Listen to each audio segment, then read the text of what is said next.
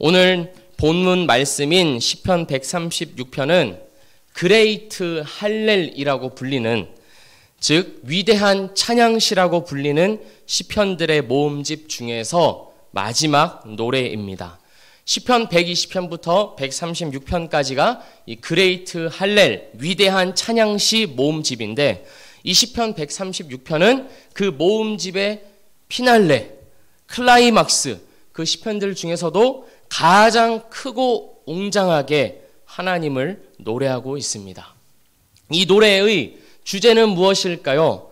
우리가 방금 26번 동안 함께 외쳤던 그 한 문장입니다. 다시 한번 해볼까요?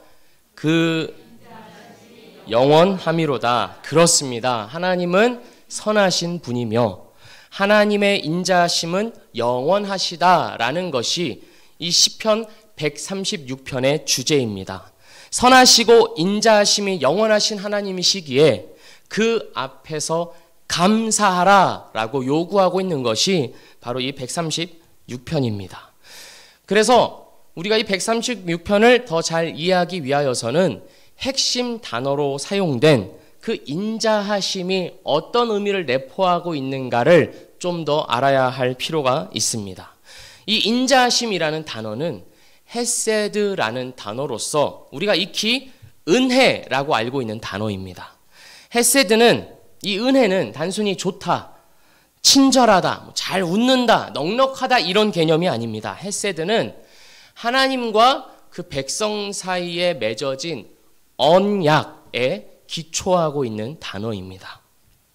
창세기 17장을 보면 하나님께서 아브라함이라고 하는 한 사람과 언약을 맺으십니다. 제가 17장 한번 읽어보겠습니다. 내가 내 언약을 나와 너 및 대대 후손 사이에 세워서 영원한 언약을 삼고 너와 내 후손의 하나님이 되리라. 내가 너와 내 후손에게 내가 거류하는 이 땅 곧 가나안 온 땅을 주어 영원한 기업이 되게 하고 나는 그들의 하나님이 되리라.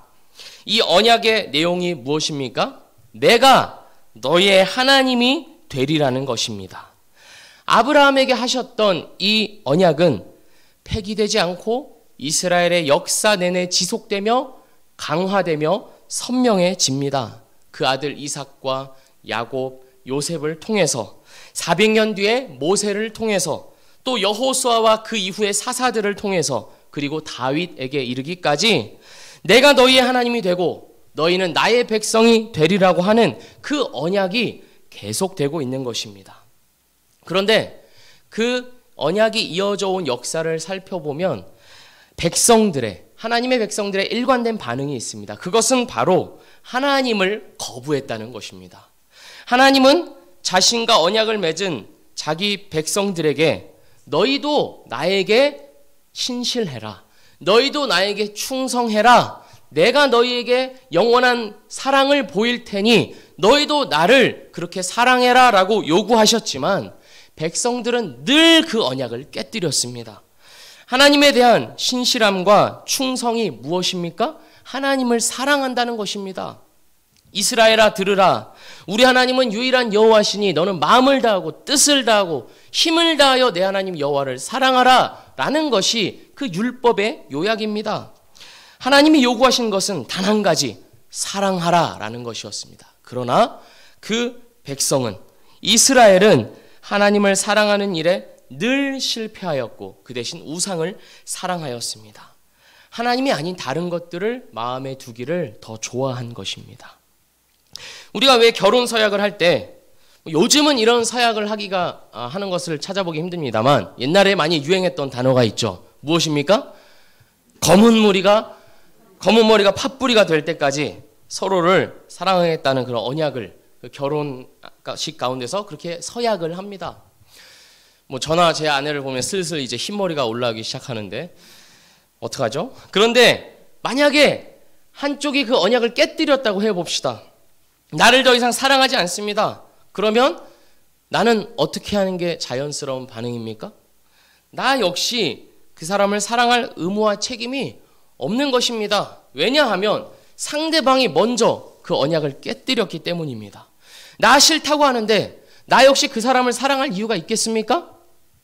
이게 인간의 자연스러운 반응입니다. 그러나 하나님, 우리 하나님은 자기 백성이 언약을 깨뜨렸음에도 불구하고, 다시 말해서 자기를 사랑하기를 거부하고 오히려 마음에서부터 싫어했음에도 불구하고 하나님은 언약을 신실하게 지켜 오셨다는 것입니다. 내가 너희의 하나님이 되겠다는 그 하나님의 약속을 단 한 번도 깨뜨리지 아니하시고 쭉 이어 오셨습니다. 포기할 법도 한데, 할 만큼 했으니 이제 나도 그만하겠다 하실 법도 한데, 하나님은 이스라엘의 역사 내내 이스라엘에 대한 사랑을 포기하지 않으셨습니다. 헤세드는 바로 이런 하나님을 담고 있는 단어입니다. 무슨 일이 있더라도 포기하지 않으시는 신실하신 은혜와 사랑, 심지어 상대방이 언약을 깨뜨리는 한이 있더라도 하나님 그 자신은 절대로 포기하지 않으시는 그 신실함, 절대적인 신실함, 절대적인 사랑, 그것을 담고 있는 단어가 이 헤세드이며, 시편 136편은 26절 내내 그것을 노래하고 있는 것입니다. 좀 더 자세하게 136편을 살펴보면 이 136편은 크게 두 부분으로 나뉘어집니다. 1절에서 9절까지가 한 부분이고 10절에서 마지막까지가 다른 한 부분입니다. 물론 더 세분화할 수도 있지만 크게 보자면 그렇다는 것입니다. 앞부분 1절에서부터 9절까지는 바로 창조주 하나님에 대한 찬양입니다. 하나님께서 이 세상 가운데 창조하신 일을 구체적으로 언급하면서 하나님의 신실하신 사랑을 노래하고 있습니다. 4절입니다. 홀로 큰 기이한 일들을 행하시는 이에게 감사하라. 그 인자하심이 영원함이로다. 창조는 하나님 한 분만이 하실 수 있는 일입니다. 물론 인간도 창조를 합니다. 멋진 그림을 그린다든지, 멋진 음악을 만든다든지, 요리를 한다든지, 기술을 개발한다든지, 건물을 세운다든지 눈에 보이는 어떠한 창조를 합니다. 그러나 그러한 창조들은 모두 기존의 어떤 재료들을 가지고 하는 창조입니다. 하나님의 창조는 차원이 다릅니다. 하나님의 창조는 무에서 유를 만들어냅니다.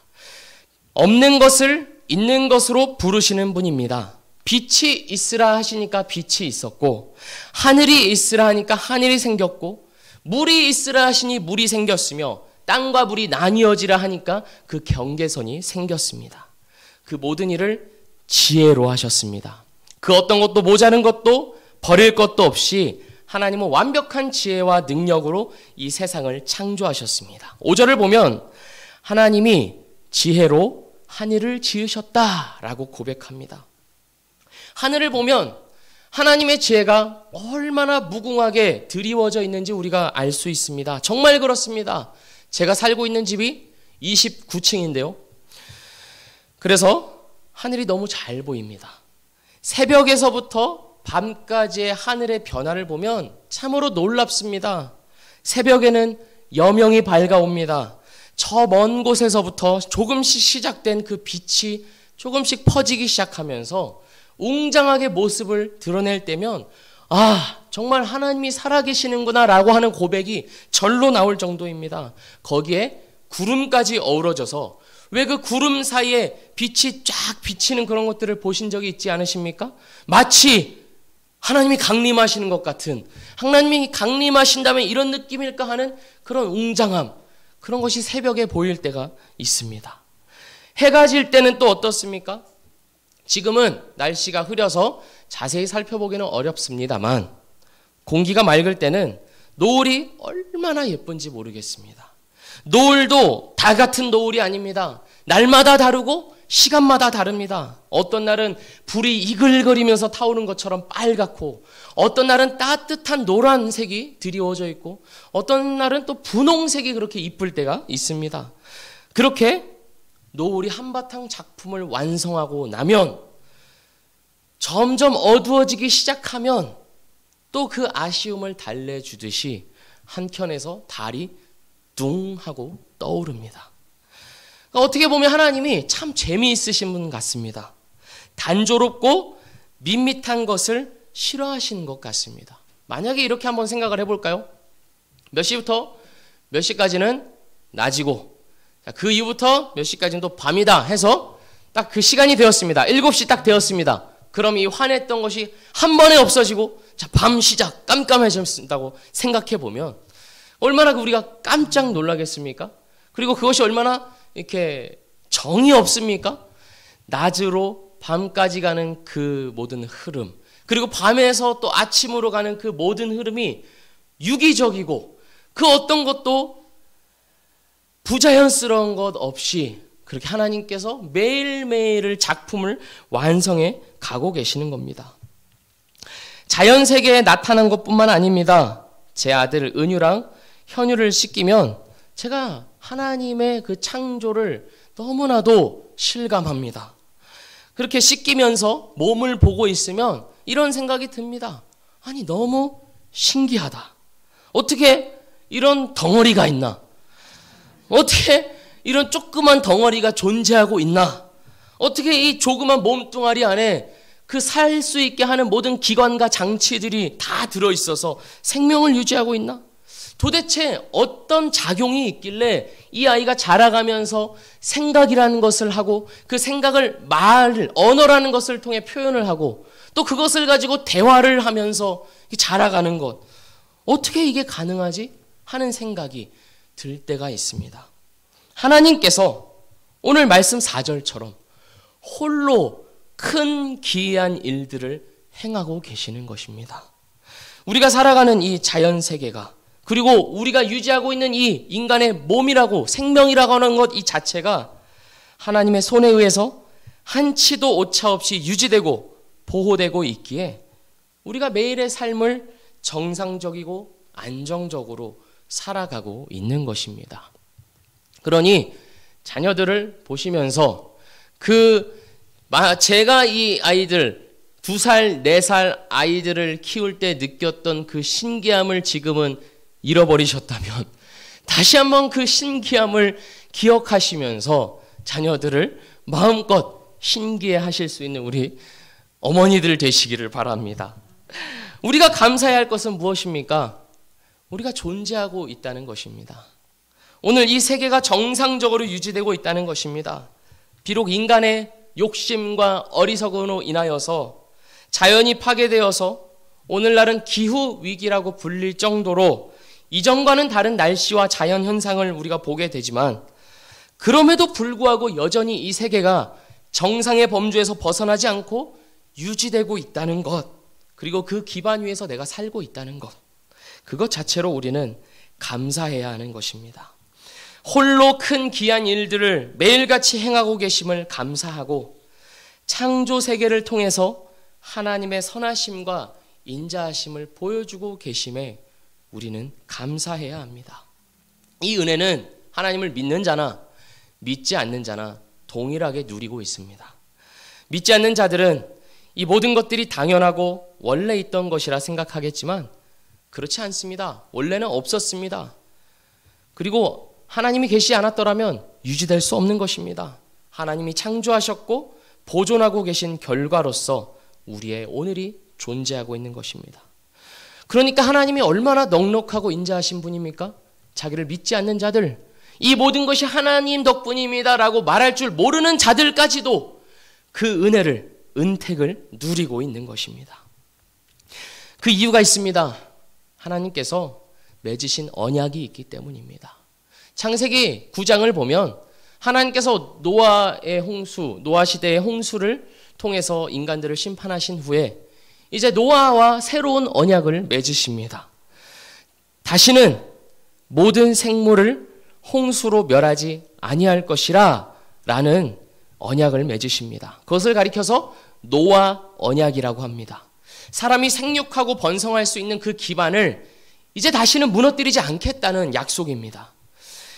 우리가 노아 시대와 지금을 비교해 봤을 때 어느 시대가 더 악할까요? 노아 시대를 우리가 살아보지 않아서 모르겠습니다만 저는 그 시대보다 지금이 훨씬 더 악하다고 생각합니다. 사람들은 더 다양하고 교묘하고 파괴적으로 죄를 짓고 있습니다.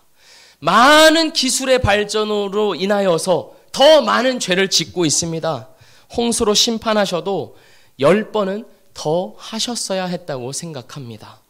그러나 하나님께서 노아와 맺은 그 옛날의 언약으로 인하여서 하나님은 지금도 이 땅을 유지시키고 계시는 겁니다.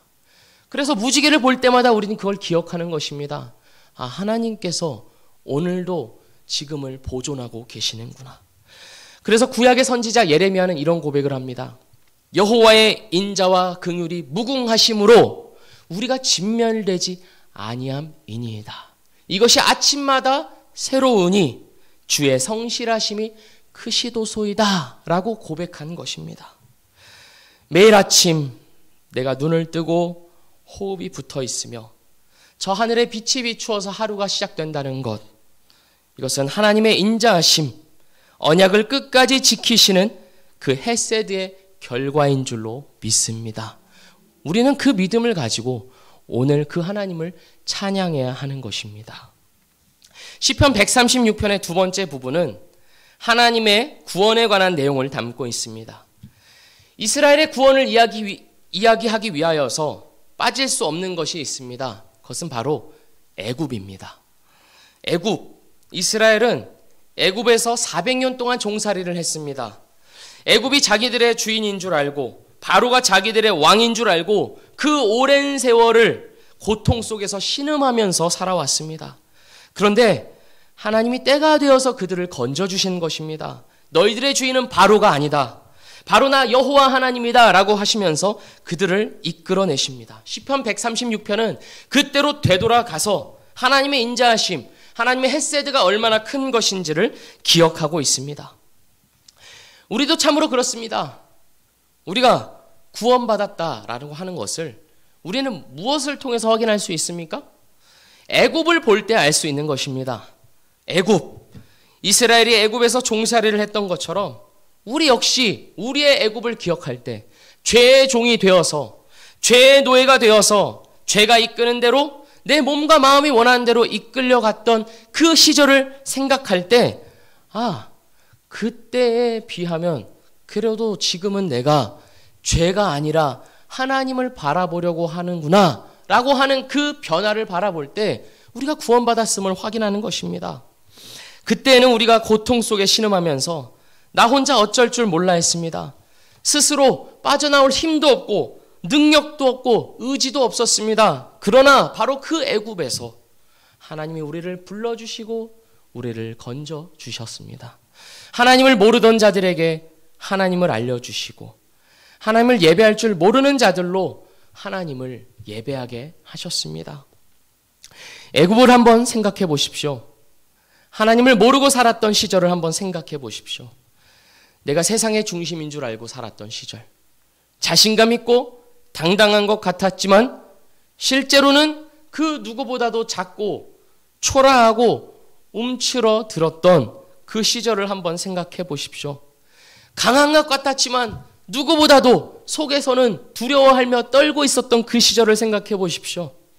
우리가 오늘 이 자리에 이 모습으로 하나님을 예배하고 있는 이 모습으로 있는 것은 애굽에서 건져내신 하나님의 인자하심이 있었기 때문입니다. 내가 너희의 하나님이 되겠다고 하신 하나님의 언약에 기초해서 우리는 구원받은 자로 살아갈 수 있다는 것입니다. 그뿐만이 아닙니다. 16절은 이스라엘의 출애굽 이후에 시작되었던 광야 생활을 이야기하고 있습니다. 하나님은 이스라엘을 애굽에서 구원해 내셨을 뿐만 아니라 그들이 광야를 통과하는 모든 시간 동안 함께 하셨습니다. 불기둥과 구름기둥으로 길을 인도하시고 만나와 메추라기로 매일같이 먹이시고 발이 부르트지 않도록 신발이 헤어지지 않도록 감싸주시고 불뱀과 각종 독충들이 해하지 못하도록 막아주셨습니다. 이스라엘이 애굽으로 돌아가려고 했던 시절이 한두 번이 아닙니다. 그들은 먹을 것이 없을 때마다, 길이 험할 때마다, 힘들 때마다 하나님을 원망하고 불평하며 나 이제 그만하겠다고 하면서 하나님이고 뭐고 다 때려치고 이전으로 돌아가겠다고 난리를 쳤습니다.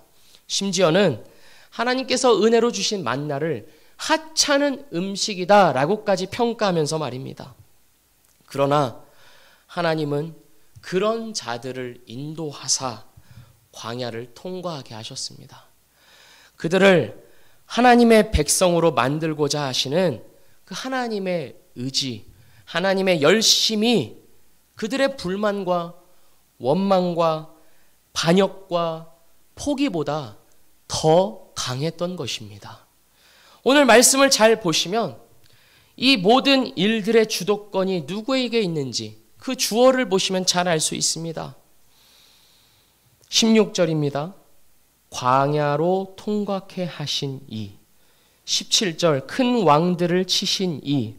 18절 유명한 왕들을 죽이신 이. 19절 아모리인의 왕 시온을 죽이신 이. 21절 저희의 땅을 기업으로 주신 이. 그 주도권이 누구에게 있습니까? 모두가 하나님에게 있습니다. 이스라엘이 친 것이 아니라 하나님이 치셨고, 이스라엘이 기업을 차지한 것이 아니라 하나님이 차지하게 해주셨습니다. 하나님께서 모든 주도권을 가지고 자기 백성을 가나안 땅으로 인도해 드리겠다고, 하나님의 백성답게 만들어 가겠다고 의지와 열심을 가지고 인도해 오신 것입니다. 그와 같은 하나님의 열심, 하나님의 의지가 오늘을 살아가는 우리에게도 똑같이 작용하고 있습니다. 하나님께서 우리를 구원하신 이후에 하시는 일은 우리를 하나님처럼 영광스럽고 아름답게 만들어 가시겠다고 하는 것입니다.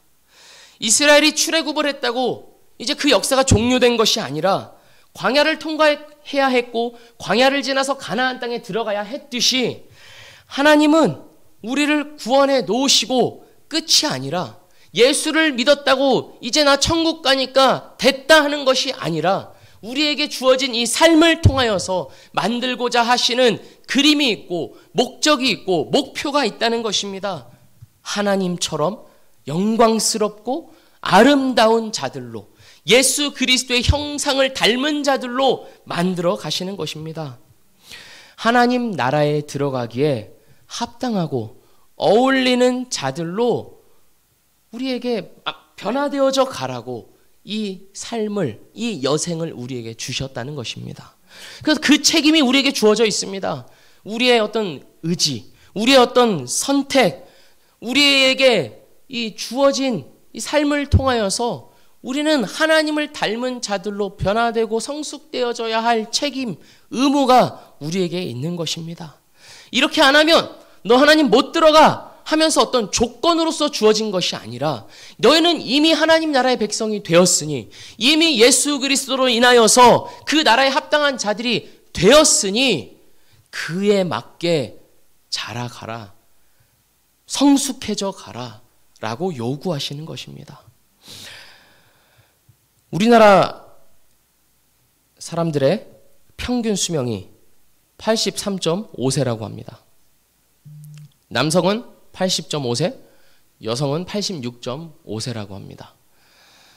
축하드립니다. 그 86세, 평균 수명 86세라는 그 여생을 통해서 우리는 하나님의 거룩하심과 아름다우심을 우리 삶에서 구현해내고 또 우리 인격 속에서 뿜어내야 하는 그 의무와 책임을 가진 자들입니다.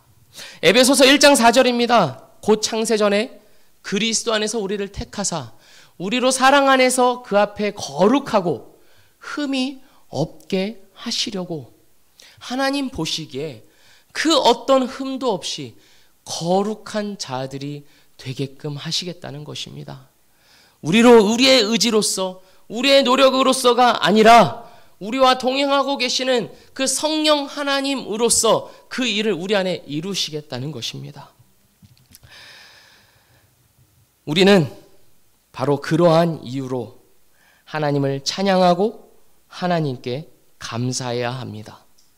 우리의 인생을 초라한 것으로 두지 않으시고 우리의 인생 전 과정을 통하여서 하나님을 반영하는 영광스러운 존재들로 만들어가겠다고 하시는 그 하나님의 원대한 계획이 우리에게 주어져 있음에 우리는 감사해야 하는 것입니다.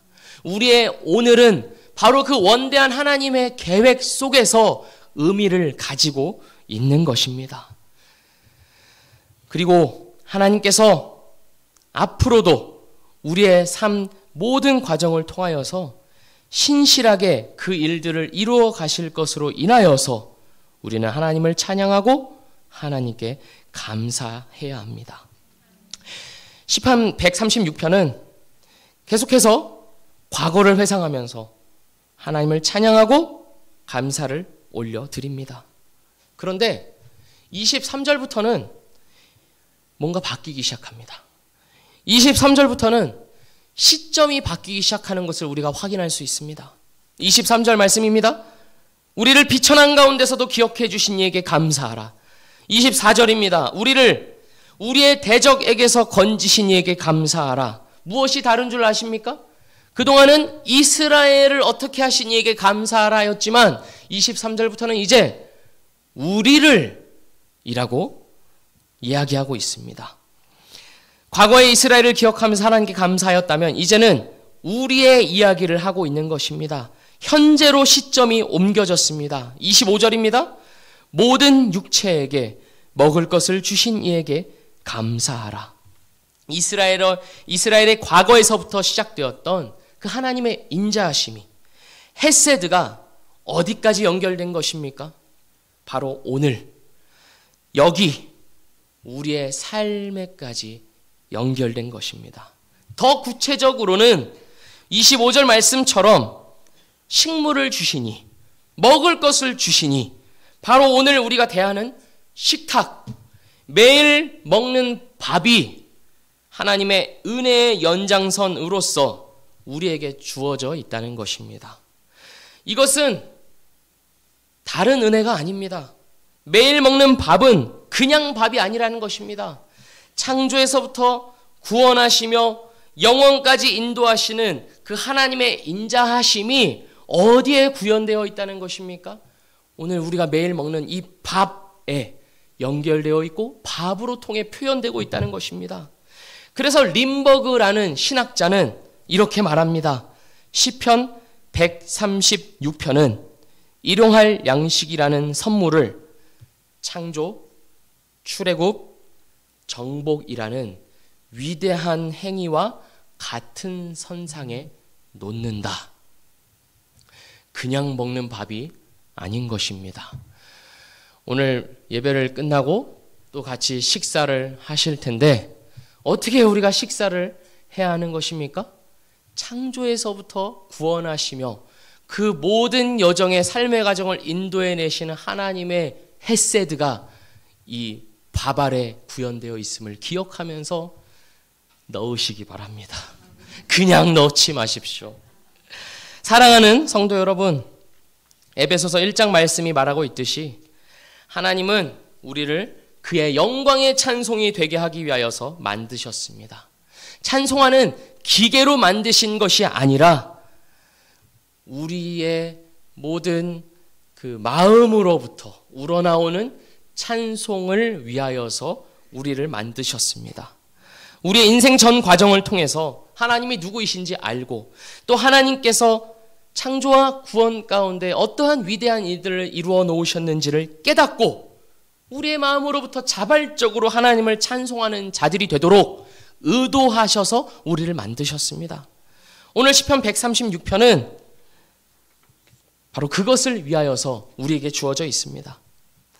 이스라엘의 감사일 뿐만 아니라 오늘 그리스도를 주로 믿고 고백하는 모든 신자들이 하나님의 주어진 목적에 따라 이것을 읽고 되뇌이고 반복하면서 하나님을 찬송할 때, 감사할 때 우리는 비로소 하나님께서 우리를 만드신 그 목적에 따라 살아간다는 것입니다. 과거의 역사 가운데 나타난 하나님의 은혜도 감사 제목이요. 하나님의 은혜가 거기서 멈추지 않고 오늘까지 이어져 오고 있다는 것, 그리고 앞으로도 계속될 것이라는 것, 그것이 우리의 감사 제목입니다.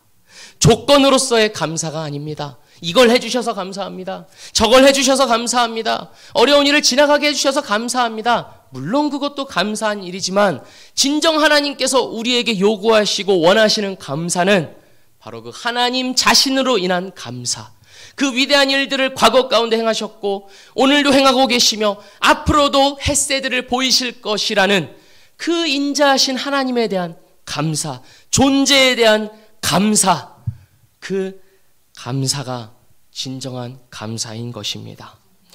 지금이라는 시간과 여기라는 공간이 단순한 우연의 산물이 아니요 하나님의 헤세드의 결과로서 주어져 있다는 사실을 바라볼 때 우리는 하나님의 시각으로 오늘을 바라보고 감사할 수 있을 줄 믿습니다. 사랑하는 성도 여러분, 하나님의 선하심과 인자하심이 결코 중지되거나 줄어들지 않기에 하나님을 향한 우리의 찬양도 줄어들거나 중지되어서는 안 될 줄 믿습니다. 하나님의 사랑이 영원한 것처럼 그분을 향한 우리의 찬양 또한 영원히 지속되어야 합니다. 우리는 후렴 인생을 살아가는 자들입니다. 하나님께서 선창을 하시고 우리는 그 하나님의 선창에 대한 후렴을 외치면서 살아가는 자들입니다. 우리가 먼저 외치고 하나님께서 후렴을 부르시는 형태가 되어서는 안 되는 것입니다. 하나님께서 주도하시고 하나님께서 이끌어 가시고 우리는 그 하나님의 이끌어 가심을 바라보면서 하나님을 감사하고 찬양하면서 따라가야 하는 것입니다. 우리의 모든 삶이 그러한 삶이 되어야 하는 것입니다. 이 감사절을 맞아서 우리가 어떻게 감사할 수 있겠습니까? 물론 우리에게 주어진 것으로 인한 감사 역시도 중요하고 반드시 해야 하는 것이지만 그 무엇보다도 우리의 감사는 우리에게 위대한 일을 행하신 그 하나님 자신에 대한 감사가 되어야 합니다. 오늘 말씀을 이렇게 마무리하고자 합니다.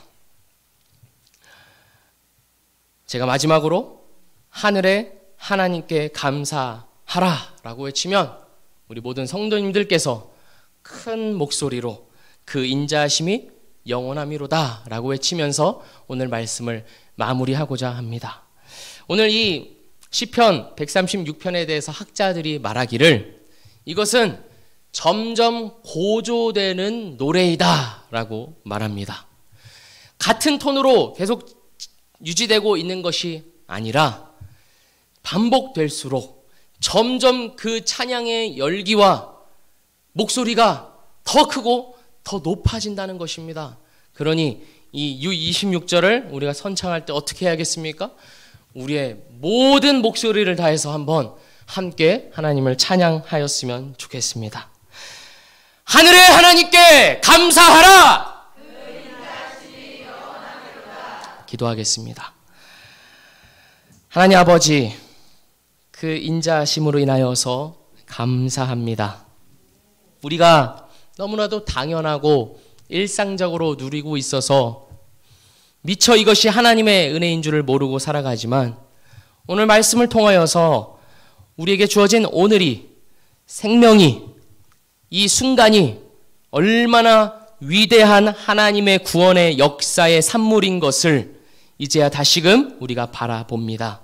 주님, 그 오늘을, 우리에게 주어진 이 오늘을 마음껏 찬양하고 감사하는 자들로서 살아가게 하여 주시옵소서. 하나님께서 우리를 만드신 목적답게 하나님의 영광의 찬송으로서 자라가고 살아가고 변화되어져 가고 성숙되어져 가는 우리의 모든 삶이 되도록 인도하여 주시옵소서. 모든 영광 주님께 올려드리오며 예수 그리스도의 이름으로 기도드립니다. 아멘.